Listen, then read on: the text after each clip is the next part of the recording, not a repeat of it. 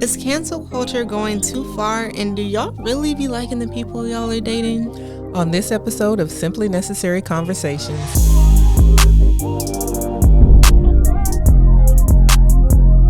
So first up, we got our trending topics. So recently there was the All-Star Celebrity Game, which my knowledge on is very limited, but I know a little something. But apparently Chris Brown was invited to join them. But he says that he was uninvited because of, his lasting infamous situations with female celebrities that he's dated in the past.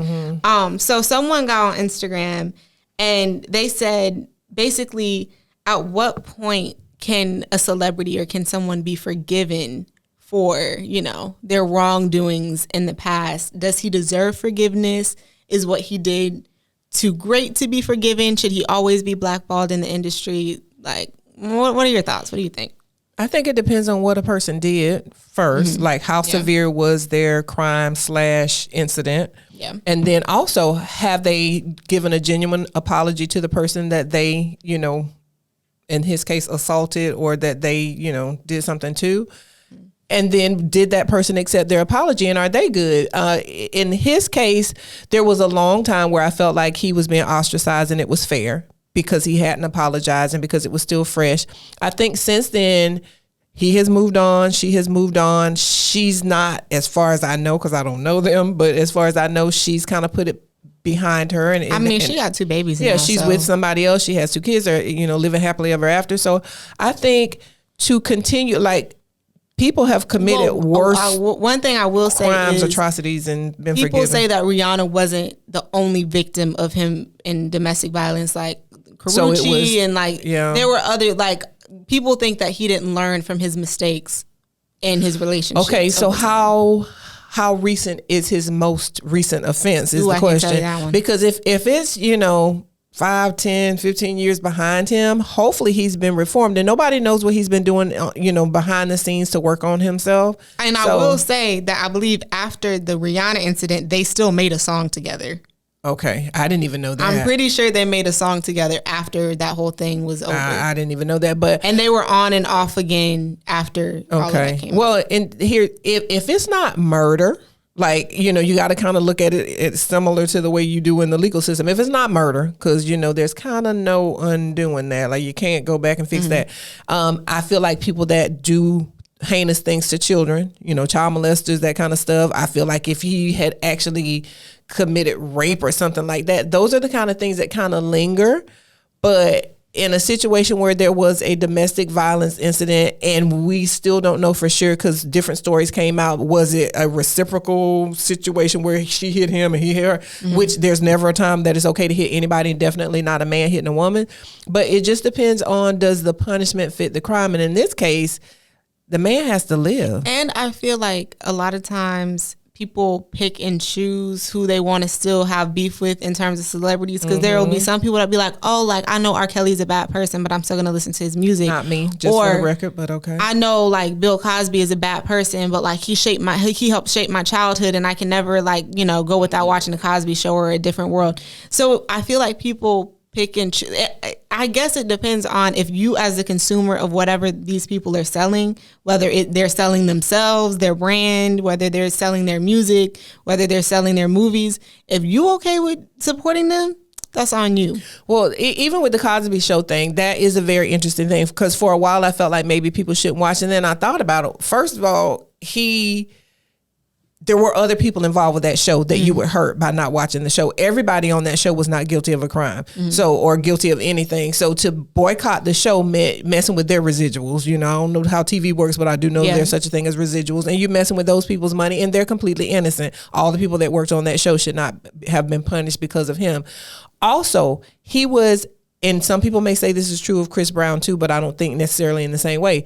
Bill Cosby seemed to be a serial offender. Real bad. He real bad. Continued this, and it was very methodical. From what I understand, allegedly, it was very methodical. It was planned. Where with Chris, it was kind of like a spontaneous bad incident. It didn't give mental health issues. It gave evil serial rapist. Intent. Someone that that had a certain amount of power and position and abused it terribly.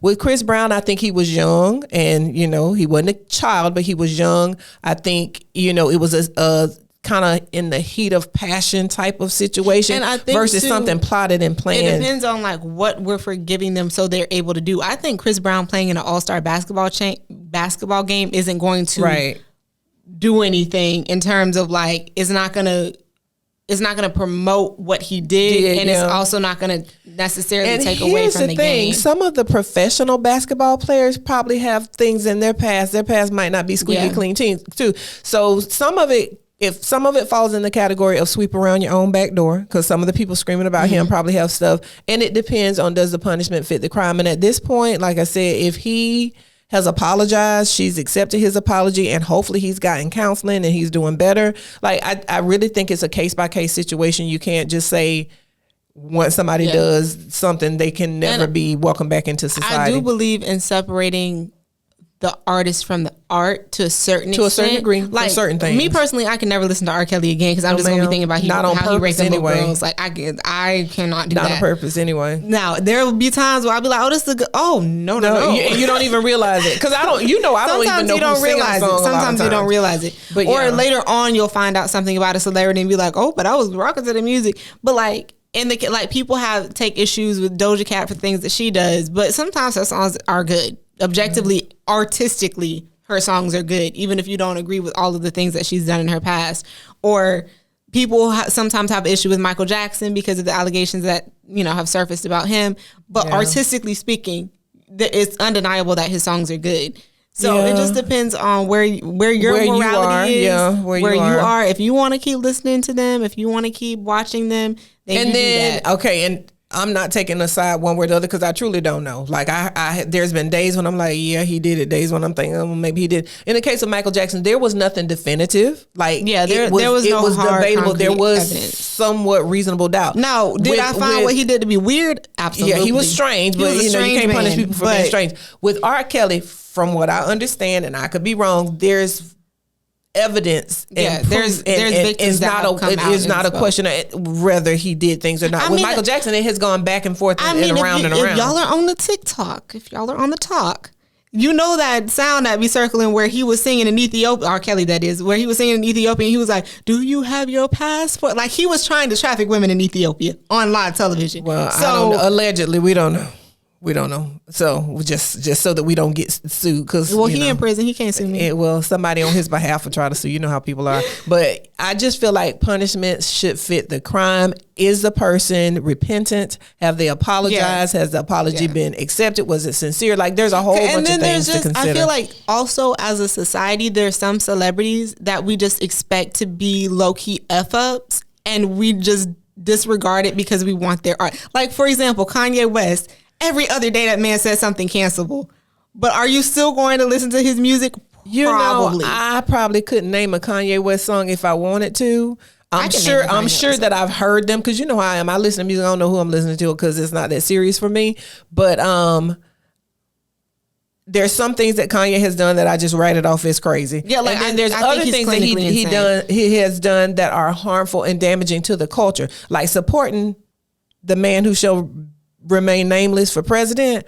I can't forgive him for that. I don't care if you're crazy or what. You are messing up. Like you're messing up in a big way when you're trying to encourage people to support somebody that has his issues. So like something. I feel like you should have like enough common sense to know do not follow what a celebrity says about politics. That's the thing. Don't like. Why are you thinking about what you got to think for yourself? If it's not a crime, it's just stupidity. You got to learn how to decipher and ignore it for yourself. If it's a crime, then it needs to be handled by the law. Like I feel like everybody treats Kanye like that crazy grandfather, that crazy uncle, that crazy cousin, like say wild things at the family reunion, and everybody is just like, oh, he a little touched, but he's still a good person. I don't know whether Kanye's a good person, but he does make good music, so that was my only point. He is probably more harmful to himself than he is to anybody else, and that's sad. I feel sorry for him more than I feel bad for Tink Tink. Okay. You know who else I feel bad for? Who is that? The people on this season of Love is Blind, which is our let's put y'all on. And for those that don't know, I'm a Love is Blind stan. That's one of the reality TV shows that I will ride for. I'm behind on this season because I have a big girl job, and I also have other, things going on in my life, so I haven't been up on game. I've never really. I watched a little bit of one season because you drew me in, but I could let me take explain it the premise of the show. Mm-hmm. The premise of the show is you have a set of men, you have a set of women.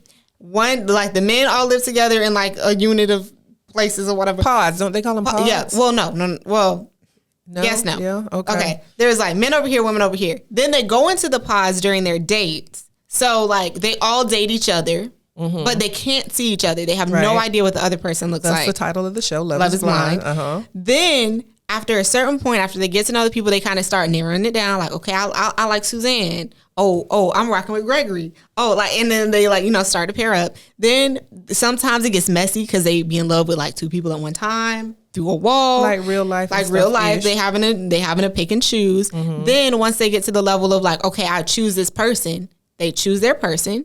After they choose their person, they go off on these little retreats. Then they get to meet all of the other people that they were talking to. Okay, now when you say they go off on the retreats, do they get to see each other then, or is it still blind dating? At the point that they propose, and they would be like, I love you, even though we've never seen each other before. Like literally propose, or say I'm leaning towards. No, propose. Okay.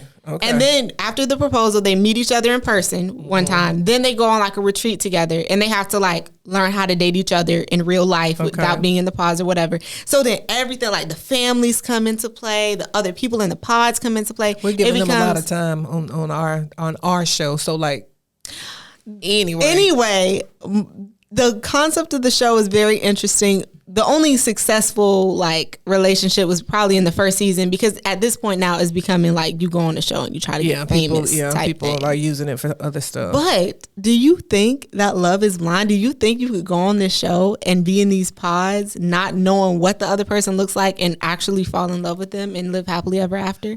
There's some really good aspects of the show. I think the concept is good in that all they can do is talk to each other. Yeah, like they don't have distractions. They don't have anything. Like, so all they have are their words. So if the person is genuine, there's some, upsides to that. The negative thing is some people are just slicksters and slick talkers. So that does not necessarily equate to this is a good thing, because they just BS their way through the conversations. They can kind of feel out people and know what to say. So there's that downside. The other downside is I don't want to fall in love with somebody and then see them and not be physically attracted to them. Like that would be so sad that I'm really digging somebody. They're whatever. I wouldn't want to do it, because I need to know that there is even the chance that I'm physically attracted to you. And that might sound shallow to some people. That's your business. Like I don't care what you think. Like you don't have to be attracted to your significant other. No, ma'am. I gotta look at you every day. This is my hot take. Either you are delusional, or you ain't physically attracted or something. Because like I need to be somewhat attracted. I was gonna say you have low standards. I wasn't gonna call people ugly. I didn't call them ugly. I'm just saying they must, like, because when people say that the way somebody looks doesn't matter, maybe to some people, I'm not those people. I need to at least be somewhat attracted to you, or at least not repulsed. Because beauty is so subjective. I feel like everyone is attractive to somebody. I might not be that somebody for you. I need to know that you're somebody that I would be attracted to. You might not be that somebody. Now I will find it hard to believe that somebody finds me ugly, because I don't lack confidence. You're not. But I'm not everybody's cup of tea. I'm aware. Exactly. Well, and here's the thing too. I have talked to and spent time with people that I initially didn't find extremely attractive. And then the more I talk to them, the more attracted I was to them. Usually, though, it goes in the opposite direction. Then the more I talk to them some more, then I realize, no, you were just a phony. But like, there have been people that I initially was like, well, no, they're not my type. But then I talked to them and I, started to dig them. But I need to, like, it needs to be where I at least think that there's a possibility. But I feel like at the end of the day, if I don't look at you and I find you attractive, the first thing that's going to pop into my head if you make me mad is... You're going to say something about I just got played by somebody dusty. Yeah. Like, if we're being honest, that's going to be your first thing is, I didn't even find you attractive. That's, and now your personality stinks even too. If you have, the decorum in class not to say that, in your mind, you're going to be like, I had to make myself be attracted to you, and you gonna act up? I did. Like I had to look and be like, well, maybe if you look from this angle, maybe if you look, like what you do, because I've done it.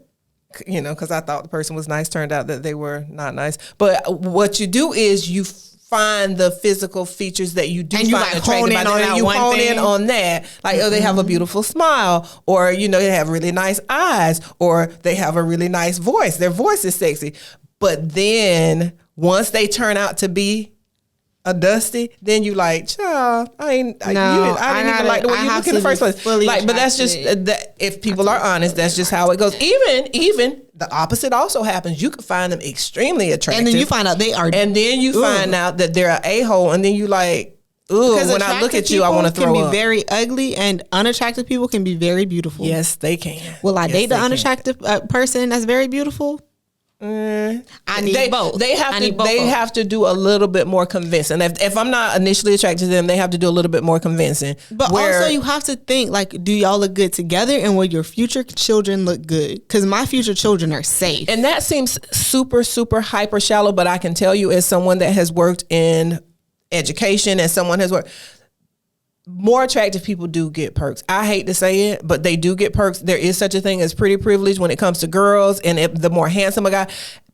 I've seen it in the education system where a child that either dresses nice or that is attractive does not get in trouble as quickly as a child that doesn't. Even if they're not like conventionally attractive, if you have a nice style, like people treat you according to look sometimes. So the whole dating blind, it has some perks in that you do not focus in on just looks. You get to know the person for their personality. But like I said, if the personality isn't genuine, but I feel like too, it makes you have to focus on what people are saying that they are going to do or will do for you versus what their actions are. Because if the actions and what's being said ain't locked in, ain't no switching up, then you might find yourself in a sticky situation. And I tell my homegirls this all the time. He can say he'll bring you the moon, the stars, the sun, the earth, everything. But if they're not acting in the same way, if you're not acting in the same way about them, if you're just doing a whole bunch of, oh yeah, I love you, and you're not doing anything, then and then too,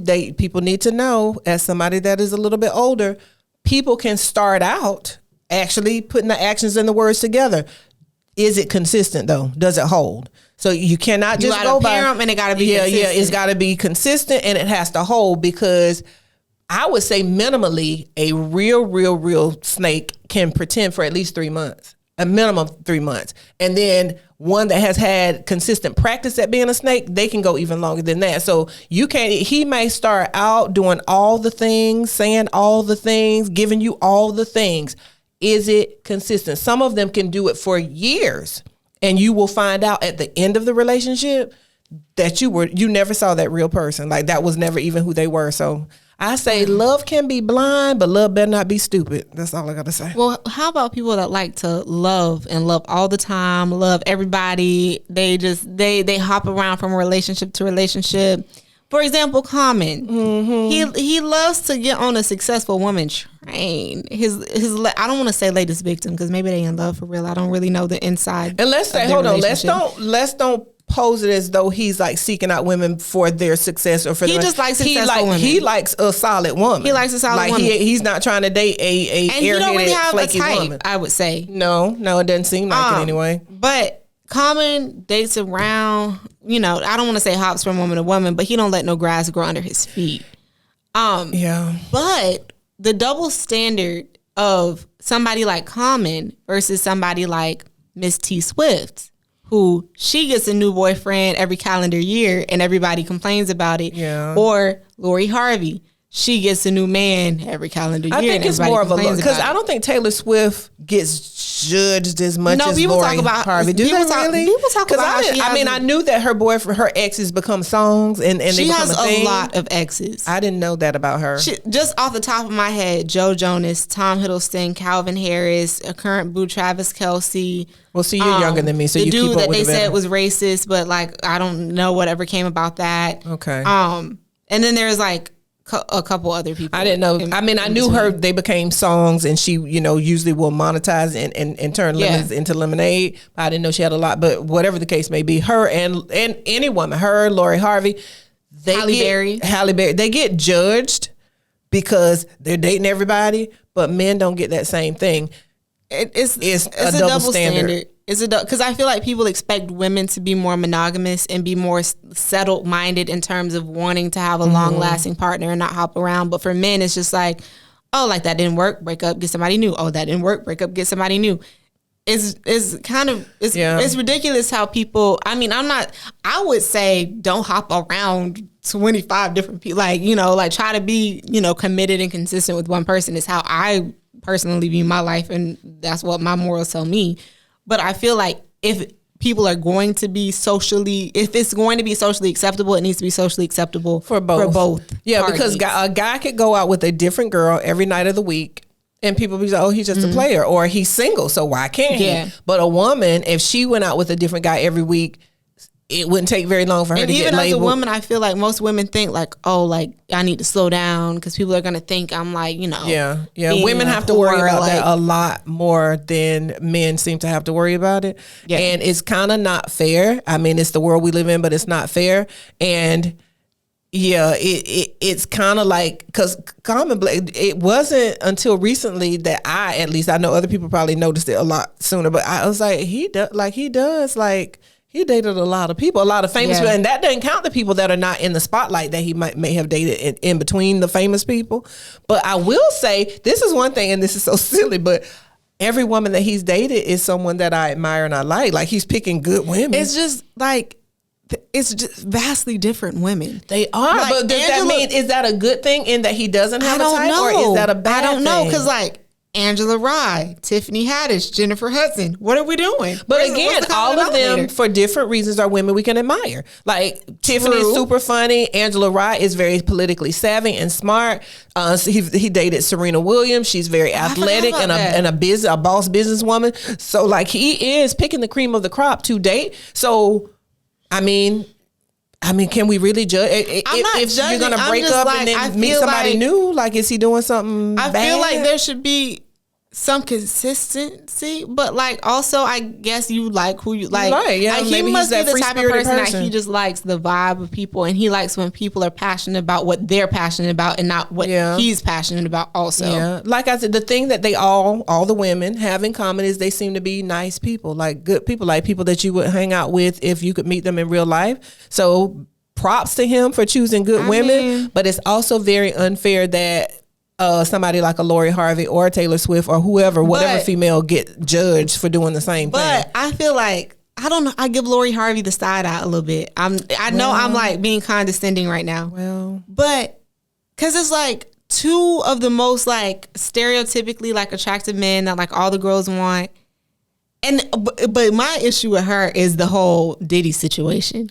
See, I don't know how true that is, so I'm just gonna mind. I don't know if it's true or not, but if you end up dating the father and the son, I'm that right really there looking at you with the side eye. Okay, forget Lori Harvey or any celebrity.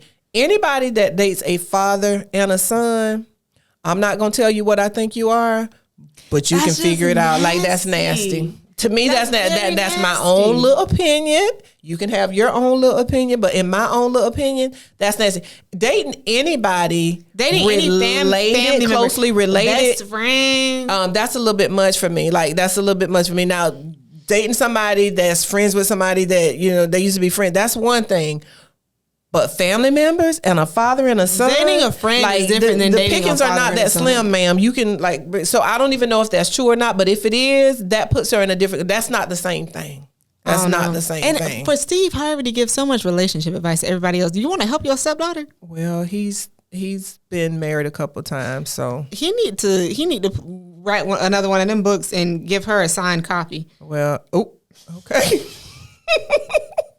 All righty then. But tell me how you really feel about it. Well, Ask a Gemini time. So somebody literally just posted just one sentence, just one thing, and they said, "Let me my Mariah science." Okay. 5-hour dates is crazy. No? Question mark?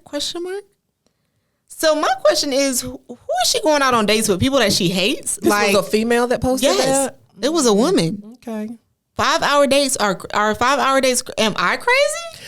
Are you like? I think if you meet somebody, or if you've been talking to them and then you go on a date with them, or if you're having a virtual date and you're vibing, 5 hours can fly by. 5 hours is like, nothing. I mean, that sounds like a lot of time. 5 hours is nothing. Maybe, but I could talk. I mean, if I got sat next to a stranger on a plane, that's a plane ride in some situations, and you could have a conversation with somebody for that long. I feel it depends on, like, okay, are we talking about 5 hour date in a relationship? Or are we talking 5 hour date like first date? But no, even to me, a good first date can turn into 5 hours easily. Because you think if you initially meet up and then you have a meal, the meal is going to last a couple hours, and then there should be alone, like and then after meal activity, like 5 hours, or just like sitting talking. I would think the average amount of time for a true date would be about 5 hours. So who's she going out with? Like, what is she define date, ma'am? Like, what are you? The best dates are longer than 5. The best dates are like,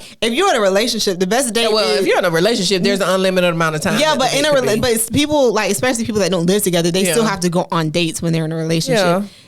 If it's not an all day, like, we spending a whole day together, like, what are you talking about? Like, what you doing? Like, I don't understand the question. I'm confused. Maybe there's some context that we didn't get. I don't know, but maybe some people are very, like, I mean, I feel like I'm very capable of being by myself.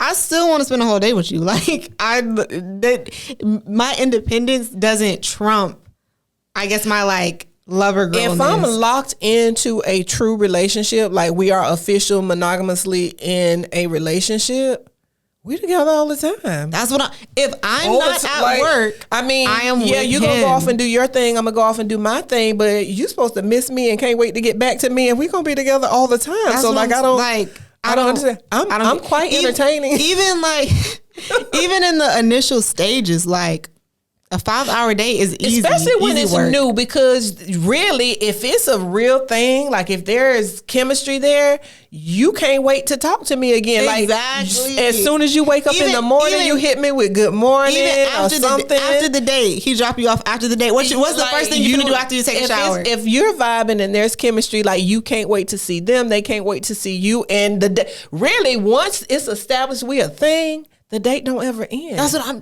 Like, we're in constant contact in some form or fashion, whether it be me texting you, I swear, or calling you, or you right there and I'm right here. Like, people do not like the people they're dating, because there is no way I'm like the time of which I'm not in contact with my man is when I'm asleep. Yeah, so asleep or I'm at work, and even like asleep or working. And even when you at work, you get a little break in between. Yeah, like if we're together, like we're gonna eat most meals together. We're gonna eat. You know, I mean, we're going to go to the movies together. We're going to do whatever together. Yeah, now, that's supposed to be your best friend. We're not going to smother each other in that, okay, I need to miss you sometimes, so go over there and do something. I'm going to go over there. But that time is going to be short in that I can't wait to see you again, boo. Where you at? Exactly. Like, of course, you're going to go off do your little side missions with your friends that aren't him. But, like, I feel like sis has not truly lived until she goes on a longer than 5 hours. I find myself to be interested enough to hold somebody's attention for 5 hours very easily. Very easily. People are lame these days. I don't know, but maybe that's out of context is all I can think of. Because really, if you clock it 5 hours, because if you think about, they pick you up, you go to the restaurant. Well, let's just say it's a dinner date. You go to the restaurant. Mm-hmm. That's like the drive might be an hour. That drive could be an hour depending on where you go. At least half hour. It takes half hour to get across town. Yeah, so let's just say the drive is an hour. Then you get to the restaurant. Then you probably have to wait like maybe 20, 30 minutes for a table if it's like a weekend or whatever. Or even if you don't have to wait for a table, you're not going to get your food immediately. Then you sit, talk for like hour and a half, 2 hours. That we already at what, 4 hours? Yeah, I don't understand the question. And then after the date, you're not going to get ice cream. You're not going on a walk. You're not going on a stroll. You're not talking in the car. You're not talking at the house. Nothing. Like, what, you gonna pull up and I gotta tuck and roll out of the car? like after I get my little to-go box of the food. All right, I'll see you later. You know what? I'll Uber home. I'll see you later. Like, that question has to be out of context. So maybe we missed the before situation. She gave no context other than the no question mark. Like, I will answer her question. 5 hours is not crazy. Or maybe I'm going to assume maybe she meant 5 hours is too short.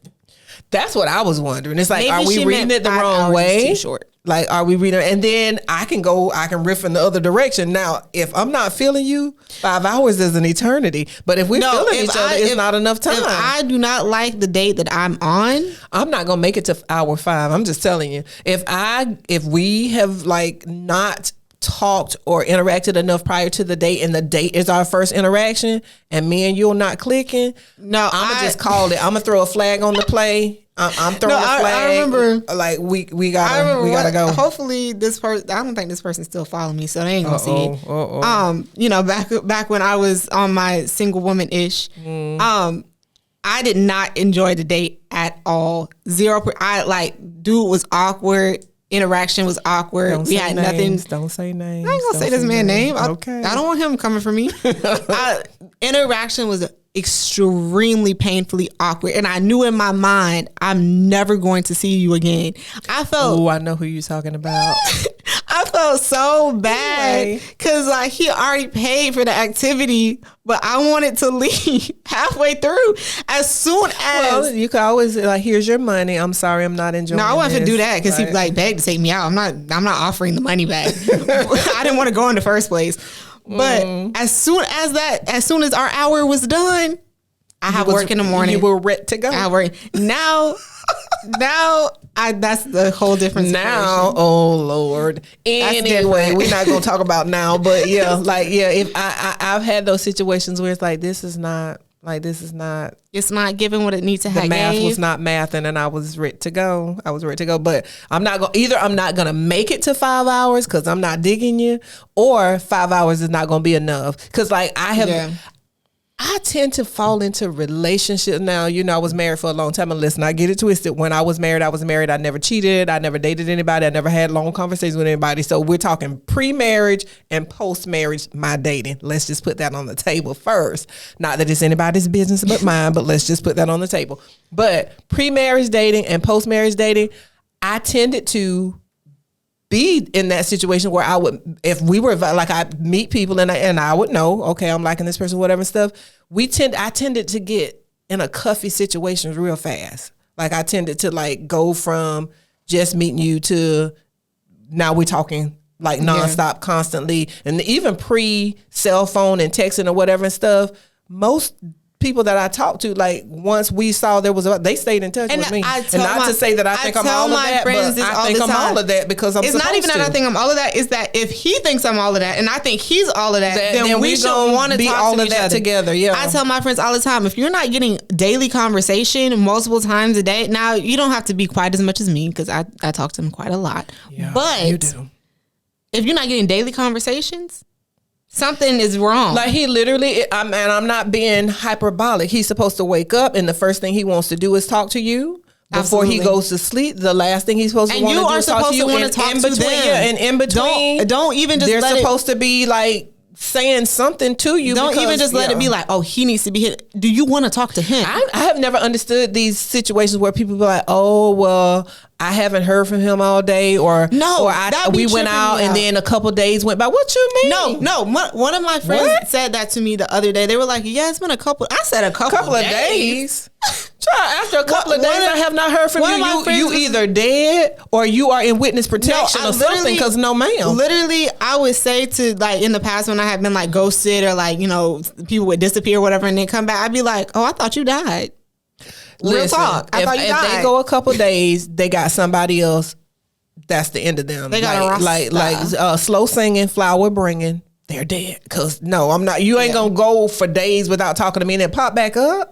Because I feel like that's so disrespectful. No, ma'am. I don't understand how people do that in relationships. That's so disrespectful. If somebody's like time and affection and attention, you supposed need to always know that somebody else wants to talk to me, and you should not take a chance on them starting a conversation with me while you over there doing whatever you're doing. So, like, if you go days without talking to me, chances are when you come back to talk to me again, make it work. I'm not gonna be able to take your call or your text or what. I'm not gonna respond. Like, no, you get one shot.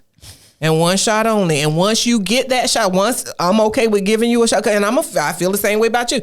Once I give you that shot and you take it, if you ever exit the building, when you come back, access denied. Access denied. You do not. Code has been changed. Access denied. You're not coming back this way. No, ma'am. No, sir. Well, the moral of the story is actually like I feel like the common theme of the podcast is just like the people you're dating. That's all I ask of you. Choose like wisely. Choose or wisely. Stay in the house. Either like the people you're dating or stay in the house. Stay inside. Nobody want to talk to you. Yeah. But anyway. We said that at the same time. Gemini gems. Would you like to go first? I'm gonna let you go first. I don't have to go first. I wasn't mentally prepared to go first. Okay, you want me to go first? No, I can go first. All right, then. So my Gemini gem is a little history lesson, a little dose of history. Miss Shirley Chisholm was the first Black female to be elected to Congress in 1968, and I chose that fact because Miss Regina King is about to play her in a Netflix movie that comes out this year. So if you want to learn more about Miss Shirley Chisholm and her career and her success, then watch that movie that comes out soon. Okay, and piggybacking off the whole boss woman concept, my Gemini gem is Miss Toni Morrison, who has passed away, unfortunately. I love Miss Toni. And, we're in the season of Black history / women history is coming up soon. So I wanted to tell you, if you have never read Toni Morrison, you have not lived. Toni Morrison is probably, for me, one of the best writers that I have ever read, and I am pretty well read. I have a degree in English, so I've had to read a lot over my many years. She writes like nobody else I have. Well, I shouldn't say that. That's actually not true. She is very similar to William Faulkner, for those people that are into literature or whatever. She is, to me, a Black female William Faulkner, and that's saying a lot because he is a good writer. She is, I believe, the only Black woman, or maybe the first Black woman to win the Nobel Peace Prize for Literature. She is fire. She does what is called in medias res. That's an English term, which means that she will start a story in the middle of the story and then backtrack and give you the end of the story. And then at the end of the story, you're getting the beginning of the story. Like, it's wild. It's crazy. She takes you on a ride. You will meet a character that seems to be insignificant. And then by the time you get to the end of her book, you'll realize that all of this that you read was centered on that character or someone closely related to that character. Bottom line is, if you like to read, if you like interesting material, especially material about Black women and Black culture, she, when she wrote her book, she started during slavery and kind of worked her way into modern times. So like her earlier books were set during the 1800s. And then she worked her way, I believe, her latter books maybe got into she might have gotten to the 70s. Song of Solomon was like 60s, 70s. But when I tell you, she is a delight to read. Imari hates for me to dwell on it. I'm still bitter about it. Oh, no. When Oprah had a book club, Toni Morrison was one of the books. Song of Solomon. If you don't read anything else she writes, please read Song of Solomon. And Beloved. Beloved is my personal Song of Solomon, Beloved, Sula, Tar Baby, Jazz. I'm reading Paradise. Jazz right now. I can rattle them off. But she was on Oprah's book club. I came this close, y'all. This close to meet Miss Toni Morrison. I still, and now because she's passed away, I don't care how long ago it was, honey. I mourned. I've heard about this ever since I've been alive. I got this close to being on Oprah with Miss Toni Morrison. I got interviewed by the producers. They were having a book club. She was going to be at Oprah's house. And I ended up not making the final cut. And I believe I didn't make the final cut because I knew so much about the book and they wanted people to be confused. Something I'll say from the younger perspective of people might like see Toni Morrison was, a writer that was popular in like the 80s, 90s. And that a lot of her books are set in the past. As somebody that's young, she's one of the few writers at this point that can hold my short attention span. That's very like on my phone, on TV, on like all that. Because even though her books are set, like our period pieces are set in different eras, especially as a Black woman, you can very much relate to all of the things that, like, all of the themes are still, like, it's a very evergreen type read. You can read it regardless of that, if it's set in the 20s or set in the 1800s or set in the 60s or whatever. And even people that aren't Black women, I feel like it will, one, give you some insight into the lives of Black women, the things that we go through, and they're also just interesting books, interesting stories. Yeah. She writes like you're reading a movie, but it's better than a movie. And if you're not inclined to read, which I always advise you or suggest that you read a book before you watch a movie, Oprah did adapt her book Beloved into a movie. The movie, but the thing about it is the movie's not as good as the book. And then also know that a lot of things that happen in the movie are very symbolic. So like if you don't read the book and you see it in the movie kind of out of context, it might be confusing. But Oprah did adapt Beloved to be a feature film. And if you're confused, go to our Simply Necessary page and ask me questions. I'll be glad to explain the book and or the movie to you because you talked about your thing, and let me talk about my thing. It's fabulous. I read Beloved for my anthropology course and I'm gonna say the school because I got my degree now. It don't matter. I read the book from my anthropology course at Polk State College when I was a dual enrollment student. I was still in high school. I was a senior in high school. I wrote my paper about Beloved. My professor gave me a D because he said that it was too well written and that I must have copied and pasted from SparkNotes. Yeah, I remember he accused my child of basically plagiarism because it was so good. The paper was too good. No, sir. While she going off, no, sir, it wasn't too good because she plagiarized. It was too good because her mom is an English teacher and she is smart. It's in the DNA. No, I personally felt like it was racially motivated because he was a white professor. It was a backhanded compliment. And I'm like, I'm writing about a book that I read through and through about a black author that I love. Why would you think I plagiarized? And there was no proof. He didn't even attempt to have a conversation about it. There was a turn because I got my grade back and I'm like, I must have like missed a step or something. No, he said it was too good and it was too SparkNote. It wasn't authentic enough. Yeah. Well, no, sir. Brain. It was. She's smart, and that was before ChatGPT. So I'll try again. Yeah, she's smart, but that's okay because she still ended up with the A in your class, even with that D that you gave her. I had like a 97, even with a D. So anyway, like, we just let her slide because we felt like it didn't make a difference in her grade because she was. But I don't even remember what his name is, but you know who you are. Don't say his name. I don't know what his name is. And that is not a slight towards Polk State College because I love the college. No, I wonder if other people had issues with that professor. Yeah, this is specifically venom is specifically being spewed at that professor, not at the college because it's a good college and there's some good people there. So let's just put that on the table. But yeah, anyway, Beloved, Toni Morrison. On that there's note, a lot of books that you should get read. Y'all reading glasses out and read Toni Morrison, read Beloved, read Song of Solomon. Currently reading Jazz, and I'm liking it so far. So that's all we have for y'all. That's all, folks, as they say on Looney Tunes. But don't forget to like, comment, share, and subscribe. Period.